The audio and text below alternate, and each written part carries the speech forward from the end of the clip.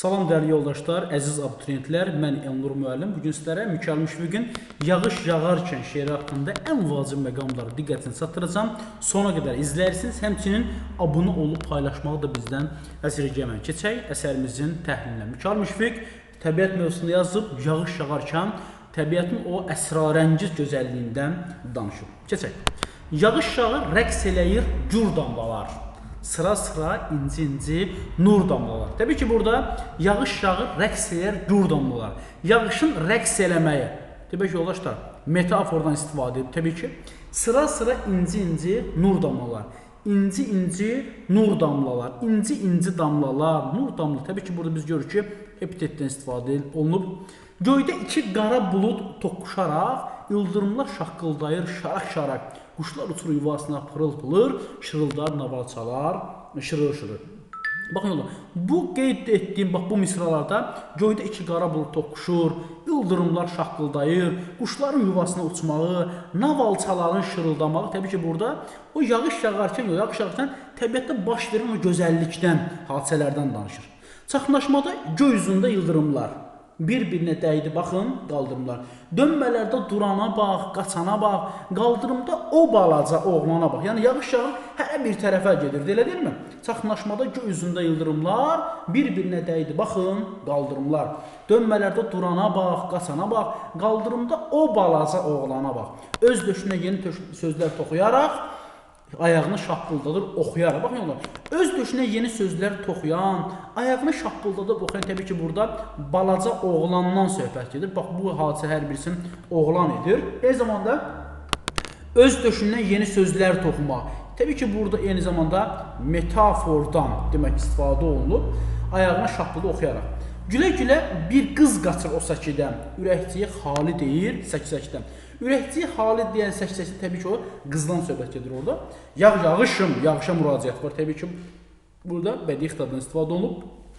Yağışım, yağ, sel ol yağ, sırma, tel tol ola, yağışım. Bax, yenə yağışa müraciət var burada, bədii xitabdan istifadə olunub. Sellənərək, sırmalanıb, tellənərək, zümzümənlə şirin-şirin dillən yağ.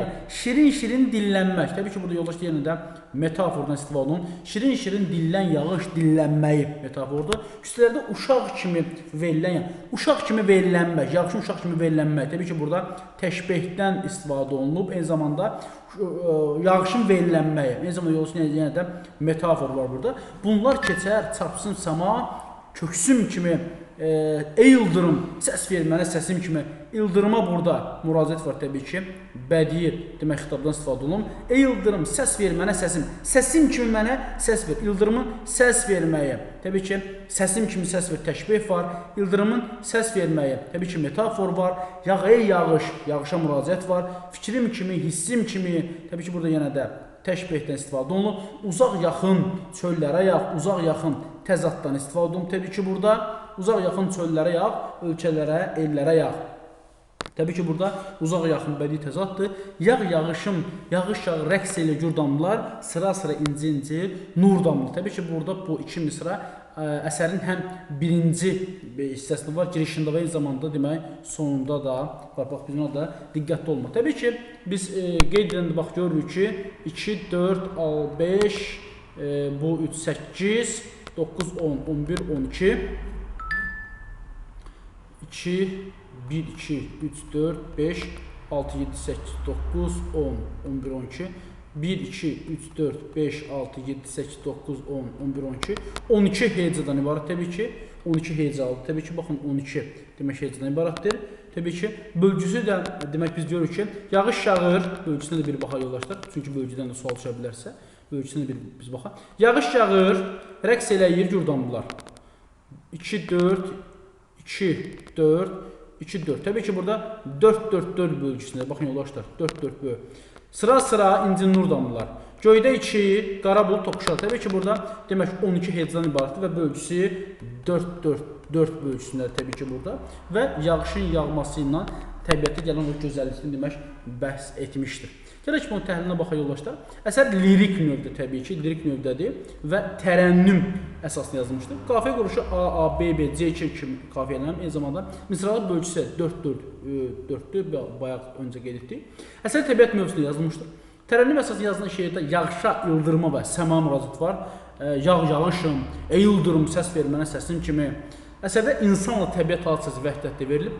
Əsərdə insanın hərəkət və ovqatına yağışın təsiri də əks olunub. Şair dönmələrdə qaçanları, ayağını şappıldadıb oxuyan oğlanı, gülə-gülə şəkillərdə qaçan qızı, yuvasından pırıl-pırıl uçan quşlara canlandırmaqla şeiri daha da təsirli etmişdir. Əsərdə təsvir olunan yeganə təbiət hadisəsi yağış deyil, çünki ildırım, göy gurultusu təsvir olunan içərisindədir. Əsərdə yağışın sel və dağıntılar yaratması, şairə uşağı ilə xatırlatması deyilən fikirlər yoxdur, təbii ki.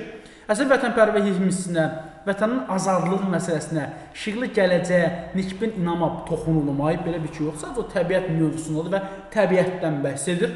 Əsərdə şairin narahatlıq və təlaş hissi və öz əksini tapıb fikri yanlışdır.